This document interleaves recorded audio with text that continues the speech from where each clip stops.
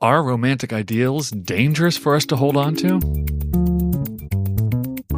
Join me with Karen Swallow Prior, a literary scholar, as we talk about why she's not so hip on Tolkien's Lord of the Rings, controversial point, and what she thinks about vocation and romantic ideals, literature, how literature works and forms us and shapes our imagination, and then how the Bible works as a piece of literature. It's an exciting and fascinating talk. She has gems of wisdom all over the place. Stay tuned.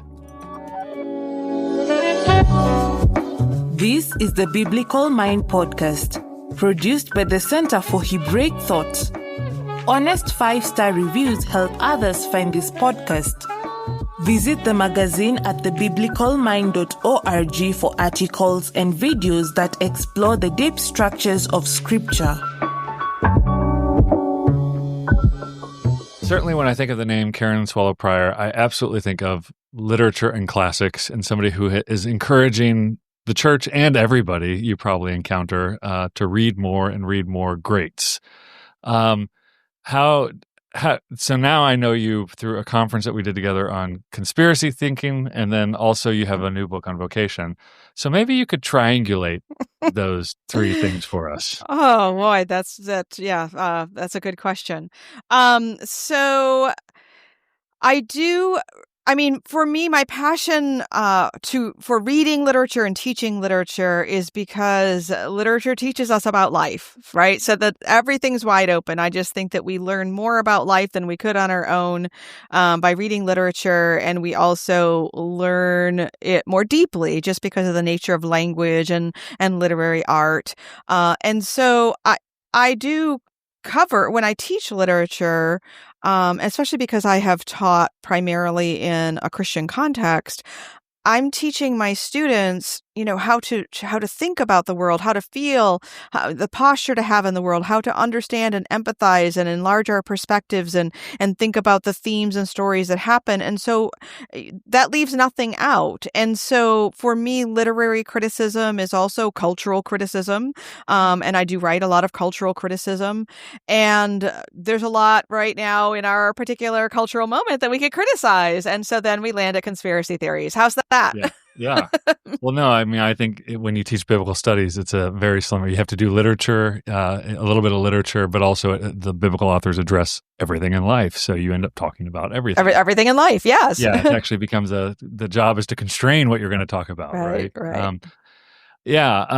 So you are would you consider yourself a literary critic or a literary scholar? I mean, I don't know if that's a good question. I mean, I'm not. I'm a literary scholar, I would say. I some of the works that I write are literary criticism, but it's more at the popular level. So, I mean, I do write for some academic journals, but also there's a little baggage with that in the sense that the realm of literary theory is kind of, it has for a long time, I mean, it's correcting itself, but been almost detached from literature. Like I just love to read literature and talk about literature. And so that's why even in my short bios that you find almost anywhere, the first thing I say about myself is I'm a reader. I'm a reader. Even before a writer and before a teacher, I'm a reader. So I just love literature. And I get the sense, I only spent a few days with you, but I read a lot of your stuff online as well. I get the sense that you're okay with gritty literature as well, stuff that's really earthy and real. I prefer it, actually. Okay, me too. So. I'm an Old Testament professor. Like we have to love this stuff. Yeah. You also said the most controversial thing I've ever heard Christian say in a room. No. Do you know what I'm referring to? Well, go ahead. Yes, I think so. In a room full of Christian scholars, where you just kind of, there's some Jewish scholars in there as well. You just kind of casually said like, yeah, J.R.R. Tolkien's, Lord of the Rings. It's like, well, no literary scholars think that that's real literature. If I remember, you said, and you could see everybody's heads whip up. Right? And I was with you. I wanted to hear more because not that I'm a hater of Tolkien. I don't think you are either. But you just were making a distinction of high literary art versus, just literature in general.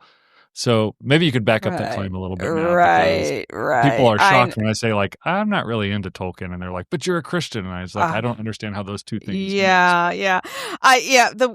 Hearing you say back what I said, I'm like, oh, the hate mail is going to come. But I think the context for that was, or at least the context in my head, whether it was at the conference or not, is that that all of my Christian students who love Tolkien and Lewis as well, for decades I taught them, and they all want to do their papers on Lewis and Tolkien, and these are literature classes, and so there were times when I could allow it, and when I did, but I would tell them, you're not going to, I'm asking you to do academic research, and you're not going to find a lot of academic research on these writers because they aren't in the literature canon. Now, the canon, that's a whole other controversy. I tend to be conservative, so I like the canon, but I'm also, it's okay to expand the canon.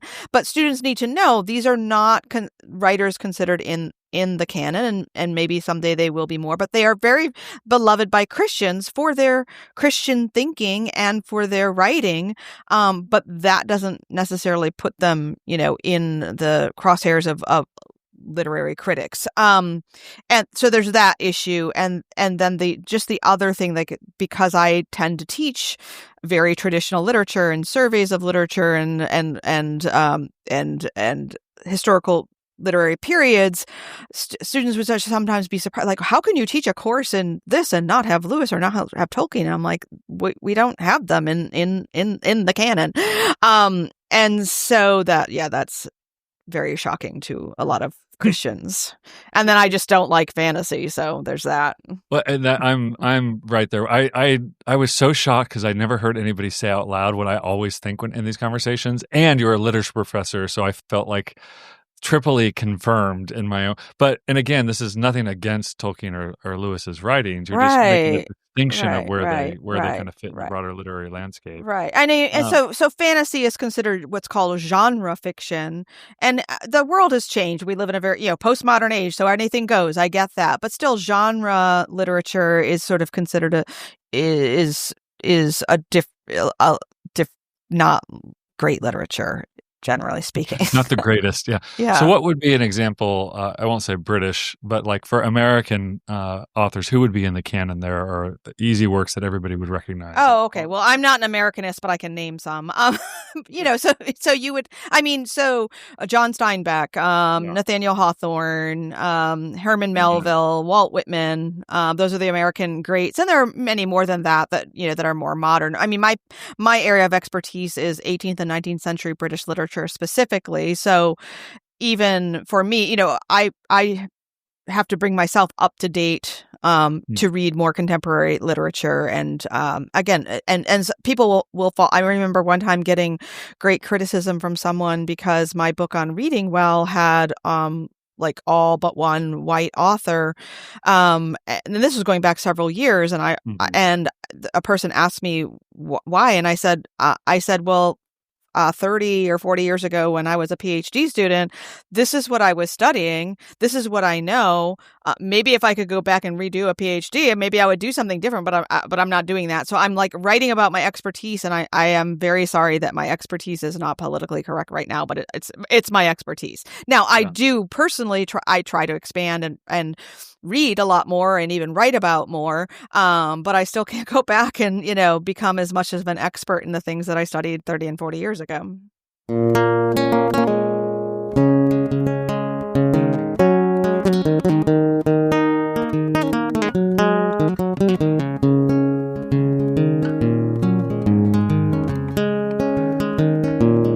Your reaction to Tolkien it's kind of like my reaction when people say, like, Neil Peart from Rush, the drummer of the band Rush. I know the band Rush, but I don't know the other guys in it. But that Neil Peart, the drummer, is the greatest rock drummer of all time, right? Or Dave Grohl of Foo Fighters or Nirvana fame. And as a drummer, I'm just like going, I know 8-year-old Japanese girls that play better than these guys and can play a wider range of music than these guys. And it's not that they're bad, and they, Right. they their Just purpose, but they're of a particular genre of music, and they're not session musicians, they're not studio musicians. They're basically serving the just like I did when I was in a punk band. I served the purpose, and then I moved on, right? So I wonder some if of us never move on. yeah. Is that? I mean, is that a similar feel to what you're saying about Tolkien in the canon and his position outside of the canon? Yeah, probably right. It's no, I did not and intend again, to be a no, it's fine. whole- It's fine. I mean, so a little explanation for myself. So the 18th century is very big on genres and categories and terms and definitions. That's just what, it's part of the modern age. But in the literature, that was very much about genres. So that's where I come from. Like, I want to know what the genre and what the category is, so that we can judge something by its category. And I know that's a very modern as opposed to postmodern thing to do. But it's not complete, but it's just one way of looking at things. And as far as people enjoying it, that's fine. But I also am, since we're on a roll here, I have written about and linked to, I do worry a little bit about a whole generation or two of adults who, just completely, they just like children's literature and comic books. Like, you don't have to say the names. I don't. There are a lot of names, but I don't understand that. So. Okay, so look, I am heading somewhere with this line of okay, great. And part of it is one of the things we're worried about in the Center for Hebraic Thought, but more just in general in the American and Western church, is people just don't read, right? So I've run into this problem of we're trying to help people understand what the biblical authors are, how they conceptualize the world. But then we realize very quickly, well, you have to actually kind of just be familiar with what they say in order to follow the arguments that you want to make about what they might mean by what they say. And people don't know what they say. And I know this because I teach Introduction to Biblical Studies to freshmen, and students who tell me they read the Bible every day of their lives walk in the class and we just start reading it and they're shocked at what's in there. And I'm like, well, I thought you read this like 7 days a week. Like, why are you shocked by this? And so, I mean, do you buy the argument that if you want to read the Bible better, you just need to read good literature, or difficult? I wouldn't say even good, just difficult literature in general. Or do you think that that's a canny move? No, I think that there's a way of reading thick texts. The Bible's a thick text. Literature is a thick text. I mean, Tolkien is probably thick. And when I say thick, I mean, something other than, I will confess, I picked up a paper book novel at an airport bookstore that was just a mindless suspense novel that I read at the time and finished up and put in the recycling bin because by then it had fallen apart, and it did its purpose. It was just like nothing I would ever read again. And it's just, the words on the page dance along quite quickly as I find out who actually did do the murder or whatever. But thick texts have use language and perspective and imagery and literary figures of speech in a layered, resonant, elusive way. And so more is there than what's on the surface. And so developing a skill for reading those kinds of texts well translates from text to text. So I think that if you are reading great literature and learning how to read it well, you're going to read the Bible better, and vice versa. But the problem is, and this is, I mean, I have the problem too. We all have the problem. We spend so much time reading things that are written and designed to be read quickly, like emails and newspaper articles and social media feeds. I mean, that is a different kind of writing. And we use our brains so much to do that kind of reading that it's counterintuitive to pick up a thick text and realize we actually have to read it in a different way. Right. It's different muscles, it's different areas of the brain that we're using. And if we try to skim a biblical text or War and Peace, we're not reading it. We're not reading it at all, really.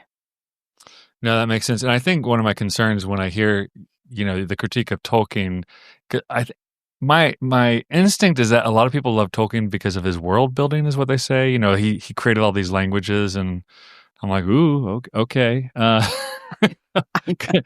I love Latin and I love Yeah. French, and so I don't need to create a new language. I just want to, Yeah. I love them. I'm glad it was something that worked out for him and his whole enterprise, and it was great, and people find great joy and fun in it. But at the same time, I hear, if there's a critique of Tolkien, I can see someone turning to the biblical text, especially the Hebrew scriptures, and saying, oh, well, this is very terse, trite, simplistic. He went here, then he went there, and he went. So I wonder, and you talk about thick text, and of course, the biblical literature is thick because there is all this elusive interconnection and metaleptical reasoning going on between text. However, you can read long parts of Genesis and be like, why am I talking about the sheep herder moving from here to here, pimping out his wife, and then going there and doing? So, I wonder if you just drop down into something like Genesis or Exodus, which I think are thick text. Is there? I mean, what's the hurdle to get people to see that? I have my own ideas, but I bet you have better ones. Yeah. How do you get people to see the text and the Prince of Egypt as a gross simplification and misunderstanding of the Book of Exodus, even though it's a beautiful movie? Oh, no, this is a movie, a beautiful movie. No, this is a great question, and I have a couple different things to say about it. So, let's use visual art as an analogy. Anyone can go to the museum and appreciate the Dutch masters, or the French Impressionists. That maybe there's, or even the medieval art. It's all very different stylistically, and most of us, if we're honest, we will look at it and think, wow, I have no idea, I could never even begin to do that. And we can have a deep appreciation for it. And then we come to someone like Jackson Pollock, and his splatter paints, and someone, listeners probably know, it's just literally splatter on a canvas. And people think, oh, well, a second grader could have done that. Well, you know what? A second grader didn't do that. And Jackson Pollock actually has an entire body of work that's much more traditional, a whole history behind it. So a little bit of education, even just Googling it, you'll find out what he was doing with that. And most of us don't even have a barn or big rolls of canvas that we would even know how to unfurl and splatter paint on. It looks easy, and it's not the same thing as a Dutch masterpiece. It probably does take less skill, objectively speaking, but he still had a lot of skill that he brought to it, a lot of context. And so to understand the significance of that painting, we do have to have a little bit of knowledge about art and art history and about the artist, to appreciate it. Because it is abstract. And the same might be true of a text that, such as the accounts in Genesis that seems simple on the surface. And yet, if we study even outside the text or in community with other people, we will read the footnotes, we will learn more, and so simplicity can be deceiving. And I'll give one other example. I'm sorry, you No, it's great. So one of my favorite novels is Jane Eyre, which of all the 19th century novels is probably one of the ones that's the easiest to read because the narrative voice sounds so real and genuine, and she's a young girl, and so her language is, much more similar to someone talking to you. One of my most memorable teaching moments was teaching that novel, and we began it on the first day and spent 20 minutes talking about the opening sentence. There was no possibility of taking a walk that day. Simple sentence, right. Just filled with all kinds of illusions and meaning and accumulated significance about journeys and possibilities and subject matters and narrators. There's just so much to say about that, but that doesn't happen on the first glance. That happens in thinking and bringing other knowledge to the text and doing that in community. Yeah, if I could draw a parallel, those are great examples. By the way, I use the "You Couldn't Do That" painting.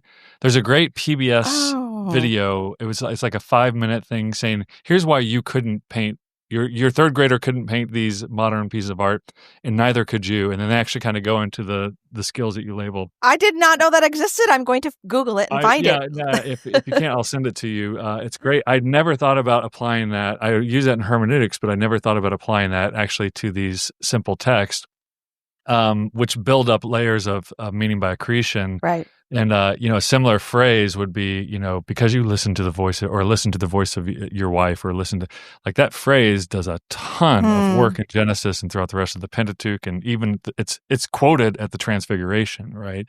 But it just doesn't, it comes off as garden variety language. Right. And I think that's one of the geniuses of much of the Hebrew scripture.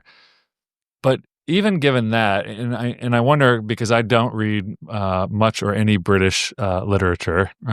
Maybe I've lived in the UK one too many times to, like, it would drive me crazy. But there is a style so even storytelling in the Hebrew Bible is done, narrative and prose are done very differently than modern English writing. Poetry is done radically differently. The legal texts are written in different, they're similar to ancient Near Eastern legal texts, but not identical to ancient Near Eastern legal texts. So, kind of taking modern literary savvy and bringing it to a thick text like the Bible, do you see any ways in what, I always think, like, you have to open your mind and say they're doing things in very different ways, but it's very sophisticated, and don't ever for a second assume that it's not. Do you have a way of cracking that nut of helping people listen for the style when it's even a very radically different style of literature? Yeah, that's a really good question. And I mean, really, the first thing that comes to my mind in all of these questions that we're addressing is humility first, is just going back to the couldn't do this, and a third grader couldn't either. That's a statement of humility. And I think so often we don't come to something with that. Like, if we don't understand it, we think, oh, it's the problem is with the text, not with me, or we don't appreciate it. There's certain styles of music that I don't appreciate, but I also know it's because I don't have an understanding of it. And so maybe I wouldn't if I did, but I'm very ignorant about music in general. So I'm hesitant to make any kind of judgments. But we just live in an age that, is because of our subjectivity, we just think, we don't see the difference between the statements, I like it and it is good. We think, if I like it, it is good. And if it is good, I will like it. And those are not the same statements at all. So tips is to come with humility, ask questions. We do have the gift of Google, which I've already mentioned. And so it's easy to at least get a little bit of information, that can just open up our eyes and be like, oh, there is a little something more going on here. And we don't all have to be experts in literature or the Bible. That's certainly not the case, but at least the humility to say, I don't really understand what's going on here. But then you can still enjoy it. You can just still enjoy it. And all the while knowing that there's probably something more going on, and just get out of it what you can if you don't have any more to invest in it. I don't want to enjoyment and pleasure in reading and benefit, obviously, when we're talking about the Bible is foremost, but there's so much more than that. Yeah. And I think with thicker text, enjoyment obviously comes with multiple exposure. So, right. Which with the Bible, we built that into what it means to be a Christian, as being multiply exposed. But maybe with great literature, we think you read something once and you're done. And I remember when I was done with East of Eden, I just thought, like, well, I can't wait till I read that again. And it was so good. I only understand 20% more, maybe. Yes. I only read it for the first time a few years ago, and I was just completely blown away. I thought if I had read this in college, I might have been an Americanist. But instead, I was gonna say, instead I got Moby Dick, and I still have to go back and finish that. Well, I finished East of Eden again about 10 years ago when I finally read it.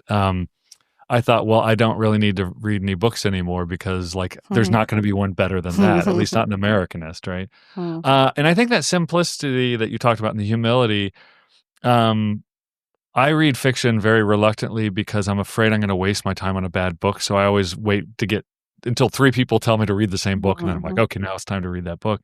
I finally read Shusaku Endo's Silence maybe 5 years before the movie came out or something like that, because I had a missiology professor that said, read as much Shusaku Endo as you can. And I remember reading it about halfway through going, man, that professor was really smart, like a really intelligent person, really well read, had lived in Japan. And I'm reading this going like, maybe you have to live in Japan to really appreciate this book, because I'm not seeing it. It seems so simple. And then about halfway through, you realize like, oh, wait, this is very economical use of language and storytelling, but he's doing a lot of things all at once. And I think that's how I feel when I read the biblical text, is they're doing so much at once. And they're also respectful of the tradition as well. Faso de nyuma la bentuma sera. Faso de nyuma ngawila ngabara. I want to pivot from literature to your other new love, vocation. If I were to guess why you wrote a book on vocation, I think you told me why, but I don't remember what it was, the reason why. But if I were to guess why you wrote a book on vocation, is because you worked with a bunch of young people for a long time, and you see all the wonky ways in which they think about themselves, the world around them, and how they participate in it. And you thought like, I can do better than that. And then you probably read some books on vocation. You're like, I could do better than that. Well, there's yes. ones out there. There's, some, questionable ones out there as well. So why did you write? Yeah, no, I definitely was drawing on my decades of teaching college students. And it's not their fault, though. I mean, they have been given so many distorted messages about work and income and passion and all of these things that I saw them, holding up these really unrealistic dreams and visions for what they would be able to do. But then which is, that's not bad in itself, except for the unnecessary despair and anguish and disappointment that comes when it turns out the world doesn't work that way. So yes, I was drawing heavily on those kinds of conversations and kind of trying to speak into this moment. One of my big points in the book is to counter the bad advice to pursue your passion. And so, again, in the context of work and calling, and I have a whole chapter on passion and talk about why it's good and what it's for and how it might, for some very few people who've lived on God's green earth, overlap with their income. But for most, it does not. And how passion is a wonderful thing to pursue, like, in your spare time after you've fulfilled your responsibilities, you can develop, loves for hobbies and so forth. And again, it can happen that the thing you're passionate about is what brings you lots of money, but that's just not something to expect. But I also was, coincidentally going through my own sort of vocational shift in the process of writing this book that was unexpected and hard, and caused me to revisit these conversations that I really had been having for years with students. So it applies not just to them, it applies to me, it applies to all. I think we're living in a time now where, because our institutions are shifting and changing so fast and meeting unexpected challenges and unprecedented challenges, a lot of us are being caught up in some of these things too, and are probably asking some of these same questions that we wouldn't have imagined we had to ask 10 or 20 years ago. Yeah, unless you're a plumber or a nurse and you're like, the world hasn't changed at all. No, exactly. We are still going to need those things. Yeah. But what do you think the role of, I'm thinking of the advice I typically give students. What do you think the role of jobs you hate are? And like, how long do you stay in a job that you hate? And I mean, job that's like thankless and just maybe even mildly demeaning, or requires high humility and putting up with a lot of nonsense. Yeah, I mean, and I think the first thing is to understand, again, this is the drum I keep beating, is the perspective that most of the people who have lived in the world in human history have had jobs that were like that. And the jobs were means of putting a roof over their heads and feeding their families and providing safety. And so if we have something better than that, then we're in the very privileged small percentage of humans who've lived on the earth.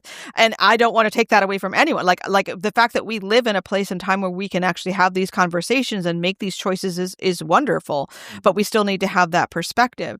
And I would say, and I have a short section in the book where I define some terms, drawing on some sources. So I define job versus career versus calling. And the definition of job is just that it is just something that's providing income for you. And if you get a better job, take it. If that's what its purpose is.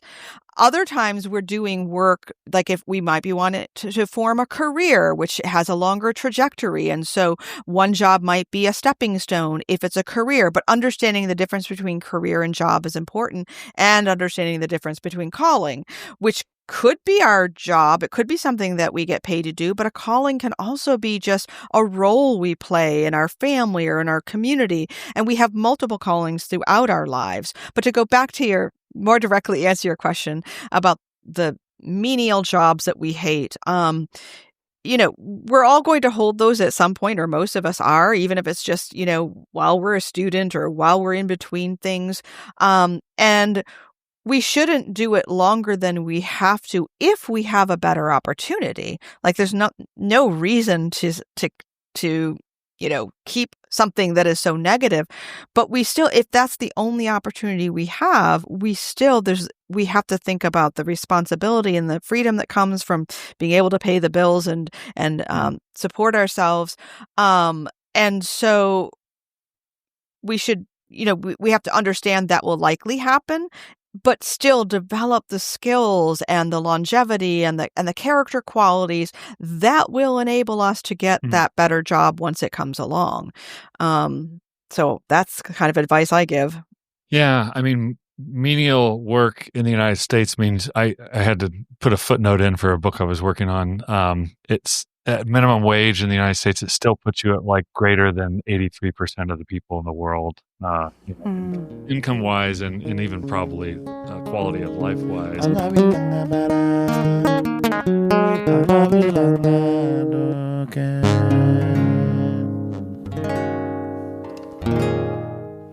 One of the other things that I ran into, and it might have been the institution I was at, and I was kind of known as the guy who crushed dreams. Wait, that's what I call myself in the book, a dream crusher, dream squasher. Yeah. Well, and I came I was a pastor first, and so I, which was great for me because it was kind of a form of a menial job. It was a difficult job for me. Some people would find life in it, but I remember dealing with people, God love them, who had like very romantic ideas about what marriage should be, what career should be, what life should be.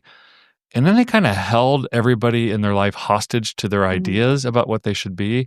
And I struggle with this because I feel like I go a little overboard, but I only see the destructive power of romanticism, or I think you were telling me to call it sentimentality, I think at one point. Right. And I'm wondering, do you find any redeeming qualities in romanticism? And not the German movement, but just the kind of general pie in the sky, like, wouldn't it be great if, Well, I mean, it's funny because I think ideals are so important. And in some ways I am an idealist, but I think it's, again, having the right words, knowing the definitions of words. So if I have idealized notions, if I know that they're idealistic, then that helps. The problem is when we don't know that these are unrealistic or idealistic or romantic notions. And I mean, that was advice I gave my students for many years as well about marriage, as I would say, I think the leading cause of divorce is unrealistic expectations. And often that can be as simple as like expecting, our spouse to be someone that they aren't, and that doesn't work. And then there are also all kinds of other ways that unrealistic expectations. Now, I don't mean we should have high expectations of everything, but that's different from unrealistic ones. And so I think, again, if we know what we're talking about and we know that this is an idealized notion or this is a romantic notion, then at least we can hold it in tension with the reality of the world. But I again, going back to the whole gritty literature thing. I mean, I think grittiness keeps us more grounded, and so I find more value in that than I do in, romantic ideas. Yeah. Yeah, and I mean, I guess hearing you talk about this, it certainly keys off my imagination. Where's your imagination formed? So again, I'm not throwing any shade, but it will come as no surprise that the kind of students that came in with very unrealistic expectations about their future life or their future spouse or whatever, tended to like fantasy, right? Like that was a genre that. Now, again, I'm not saying those are directly correlated. I don't know if they are. But certainly, I think a case could be made, or maybe you could make a case that we should be developing our imaginations on gritty as much as anything else. I mean, again, I'm a biblical scholar, so it's all gritty. Like, sometimes at the end of a book, like we just finished the Gospel of Mark, and I have to go like, okay, I know that was a hard reading. The disciples were idiots all the way through, and they never, ever got better. That's pretty gritty and dark and dour, and that's the good news. Like, right? So you kind of have to adjust it. So, I mean, and I guess I'm looking for. Do you think there should be this kind of balance of forming our imaginations through the grit and also through this other lens of idealized world, utopian, the way that it could be? Yeah, I mean, I do think that we should. I want to say something a little bit more compassionate before I go on. I do think that our young people today have been through, personal and cultural and sociological hell, broadly speaking. And so there's an escapist element to fantasy and to unrealistic ideas. And so they're getting these distorted messages about what life and work and income will look like. And by the way, I also want to say, since we're both, in the field of higher education, that the biggest romantic dream that has caused them to stumble is that you can spend $100,000 on a college education and then go get a job where you can pay it off in 2 or 3 years. Right. And that is not their fault. That is a pipe dream that has been sold to the students and to their parents. And so that is also a big part of this picture, I think. So I think that there are reasons why current younger generations feel a greater need to escape. And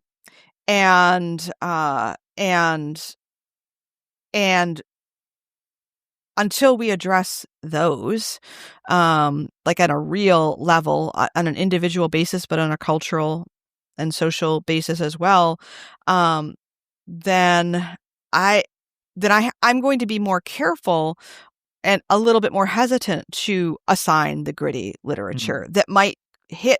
I mean, what I say to people when I try to explain my love for dark literature is, up until a few years ago, I lived a very Pollyanna life. It took the church to hurt and wound me to make me confront the real grit in life. And so I think for me, it was just kind of balancing out. Like I could handle that. I needed that gritty literature to bring balance.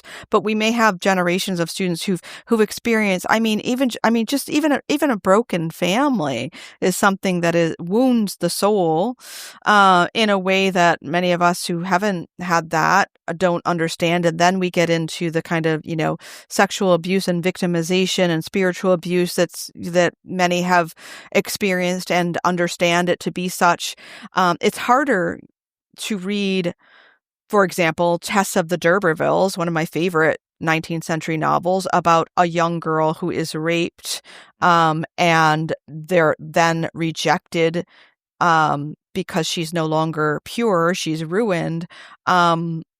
Like for me, that was just a great story and very tragic, and I loved it and loved to teach it.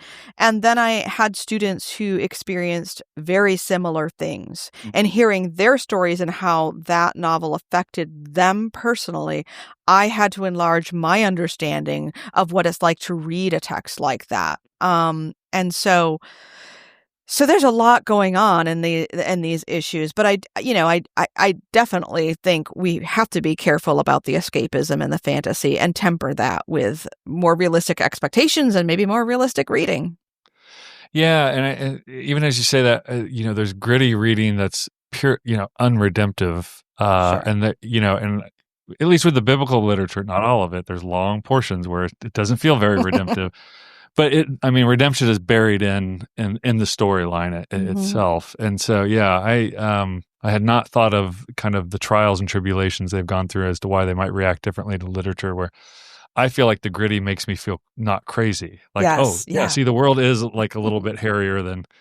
and that's part of my own story. Is I had that kind of awakening where I thought everything was fine, and then I, was involved in some things, and I was like, "Oh wait, people are way worse than I thought they were. I'm way worse than I thought I was." Right? I was reading all that bad literature and gritty literature. I mean, and to find out how bad the world was, and then shocked to find out it really was. So I guess I had my own romantic ideals as well. Yeah, well, exactly. So.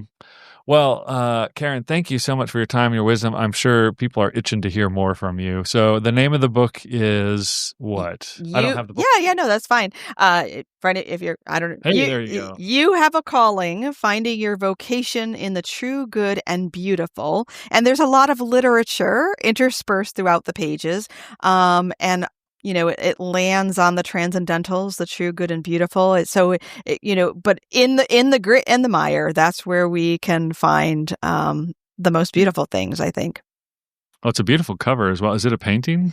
Yeah, it is. It is a 19th century painting that was in the public domain, and it captures. I can't remember. It's like an artist from the Netherlands, but it captures the spirit of the book in so many ways. I love the cover.